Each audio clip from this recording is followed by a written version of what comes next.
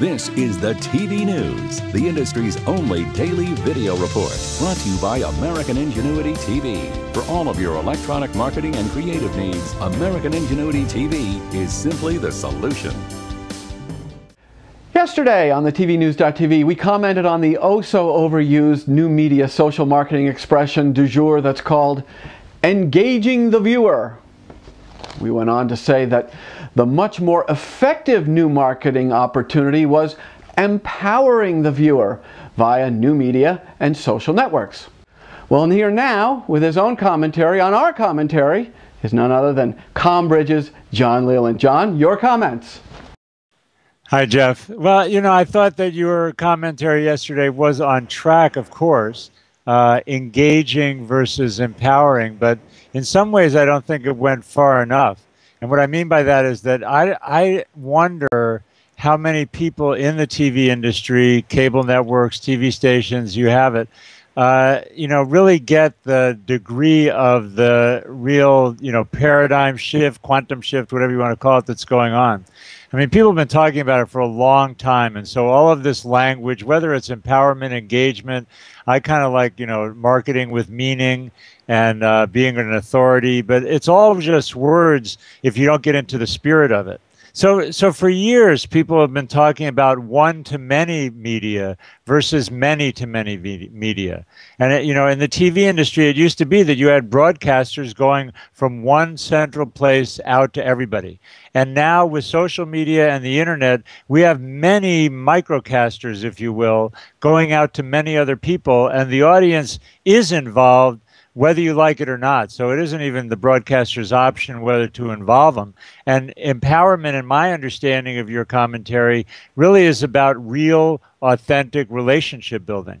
And so that's taking it to another level to go, well, the audience is involved. They are part of what's going on in this new media landscape where we have user-generated content, where we have real-time Twitter, Facebook, etc., feedback on what's going on online.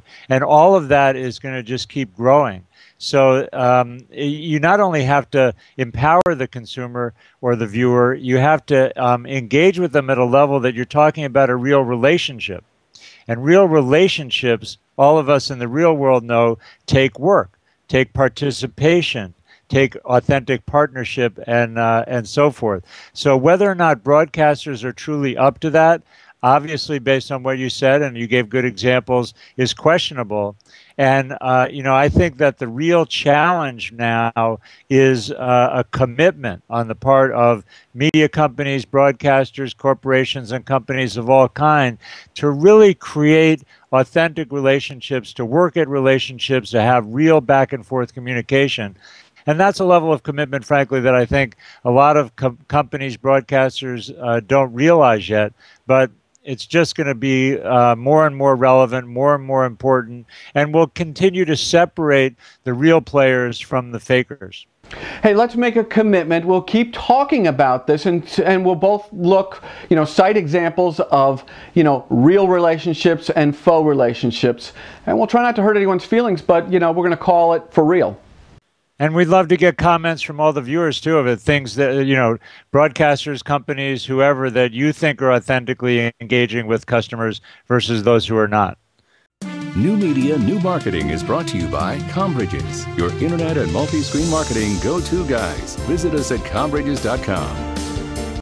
We take a short time out from hard news for TV for some pretty funny stuff. Check out this hysterical story. Well, kind of a story, courtesy of the Onion News Network. Everyone is talking about the incredible story of Molly, the 10-year-old girl who was raised by Wolf Blitzer. That's right. Taken in as an infant, Molly then spent her whole life copying his language and behavior, becoming a kind of a half-human, half-Wolf Blitzer in the process. Now, 3 months ago, Molly was taken into protective custody, and today she's here to share her story. Yes, she is. Molly joins us in the studio this morning alongside Dr. Kenneth Ives, the developmental psychologist who is devoting himself to her case. Good morning to you both. Thank you, Jim Haggerty, Tracy Gill.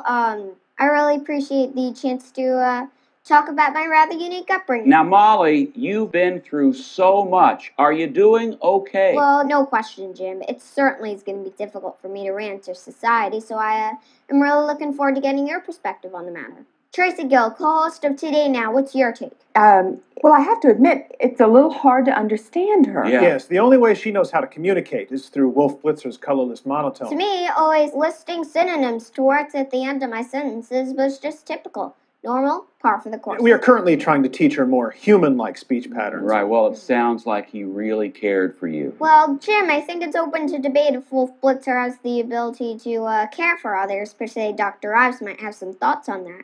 But he's certainly protected. From what Molly has told us, it appears Wolf Blitzer raised her as if she were no different than him. We know he fed her lattes and Altoids, taught her how to clean herself with a lint roller. Amazing. You must be learning so much about the life of this extremely reticent anchor. We're joined now by our chief international correspondent, Christiane Amanpour, standing by live Molly, in Toronto. I think I've overwhelmed her a bit. She likes to be the one asking the Christiane, what's question. it like on the ground When there? Molly feels upset, she talks to her imaginary friend via satellite. Okay, stay safe down there, No, it's Christiane. sort of a coping mechanism. Okay. Well, it's just been so great to talk to you Jim both this Harrison, morning. Tracy Gill. We hope to hear from them No, again very Molly, soon. I'm I sorry. guess we're done here. Right. Another brief Future events and opportunities brought to you by Dude Walker.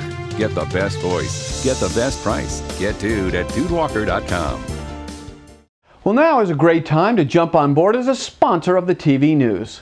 To find out more, hit us with an email at advertise@thetvnews.tv. And that about does it for this edition of the TV News. We will be back tomorrow with a fresh edition, which includes the Programming Pulse. I'm Jeff Grimshaw. We thank you for watching, and as always, go out and make it a good day. The TV News has been brought to you by American Ingenuity TV. For all of your electronic marketing and creative challenges, American Ingenuity TV is simply the solution.